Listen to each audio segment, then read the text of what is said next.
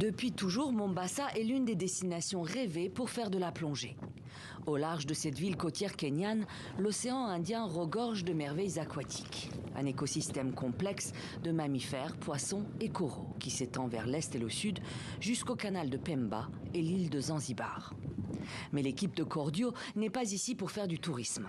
L'ONG de conservation marine envoie régulièrement ses chercheurs observer l'état de la faune et de la flore marine.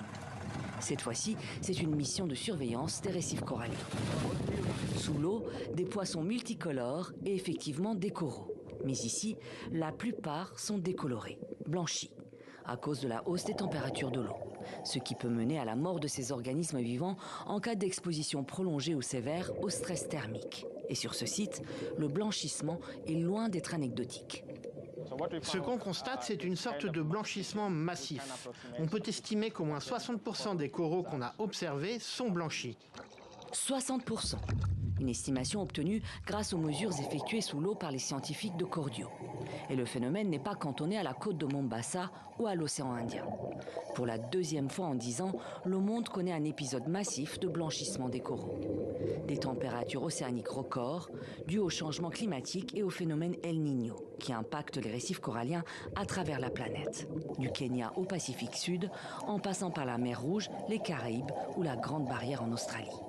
Une catastrophe. Plus d'un quart des espèces marines vivent dans ces récifs. Ces récifs sont un écosystème en soi. Une fois qu'on assiste à leur blanchissement, cela signifie qu'on peut perdre les coraux.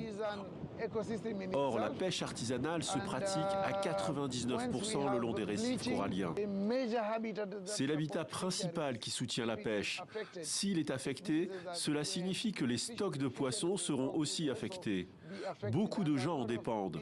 Alors ça affectera aussi l'économie et la sécurité alimentaire, celle des populations locales, mais aussi du grand public. Selon l'ONG WWF, 850 millions de personnes dans le monde dépendent des coraux pour leur alimentation, leur emploi ou encore la protection des littoraux. L'épisode de blanchissement actuel est le 4e enregistré depuis 40 ans par l'Agence américaine d'observation océanique et atmosphérique, qui estime que la planète a déjà perdu 30 à 50% de ses récifs coralliens. Le phénomène peut être réversible, mais si rien n'est fait pour inverser la tendance, les coraux pourraient disparaître complètement d'ici la fin du siècle.